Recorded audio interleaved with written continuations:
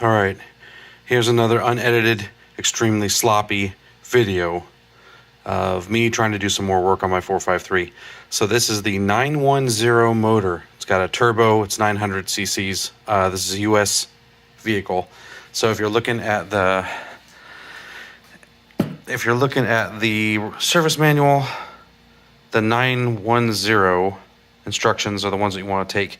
If you have a 920 model, I don't know what that is, but for some reason it tells you, hey, you got to take off the intake manifold and pull off the fuel rail and all that stuff. You don't have to do fuel rail or intake manifold on this 910 apparently.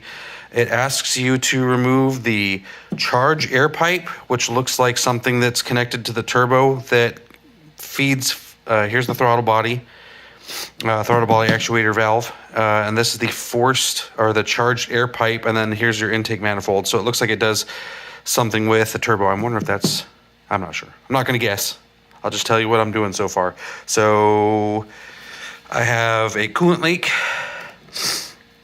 This guy sits in the motor kind of with this orientation, and coolant went everywhere. So this isn't really indicative of a leak. This is indicative of me taking off air hoses and not draining the coolant enough. But you can see my gaskets are a little smushed. I thought I saw some cracked plastic in here, but it actually looks like it's in okay one piece. When I was doing my last oil change, I saw this from underneath and I saw all the crusted, evaporated coolant, and that's about the position where I've been seeing the puddles in my garage, which led me to believe that this is the culprit. And then when I finally saw this crusted, dried up coolant on the bottom side of this thing, I decided that that's what I needed to replace. Got the replacement on eBay. Came with a thermostat, or the sensor, not the thermostat, and it came with a new gasket. So I'm ready to rock and roll. Now, let's talk about this nightmare. So I read the instructions over and over and over again, got confused with the 920 versus 910 motor issue, figured that out while I was elbow deep here. So I figured I'd just start pulling stuff away until I had space to work. So I removed the air filter and the air filter lid, disconnected from the air intake hose from the filter. Then I started disconnecting this wiring harness stuff. There's a sensor. I think this is maybe an O2 sensor. I'm not sure what this sensor does. There's throttle. This goes to the throttle position indicator on the throttle body. Throttle body is supposed to be right here. There's a sensor I pulled out from right here. I was going to take the plastic tab off, but the plastic tabs are all breaking on this, and I didn't want to break anymore. So I decided to just twist and remove the sensor. There's a metal lock clip here that you can pull, and then the sensor just kind of pops out. It's kind of sticky because it's a rubber gasket.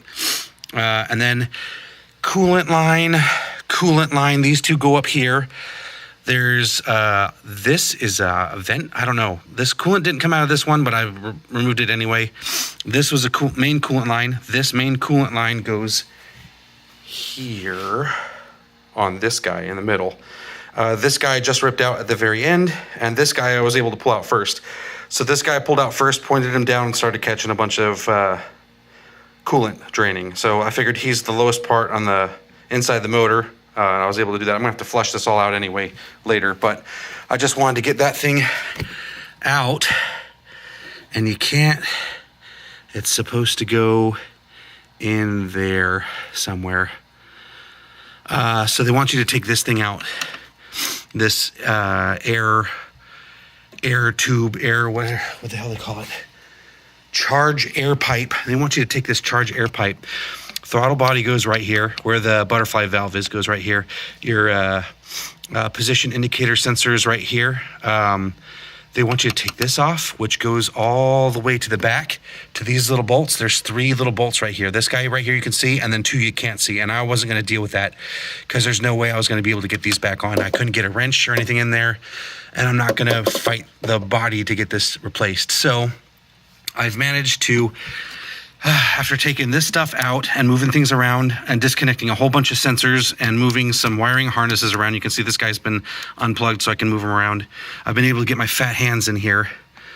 There's one bolt hole right right there is one of the bolt holes for this gasket. You can kind of see where the gasket marks go around here, and some coolant still in there. So that's where it sits.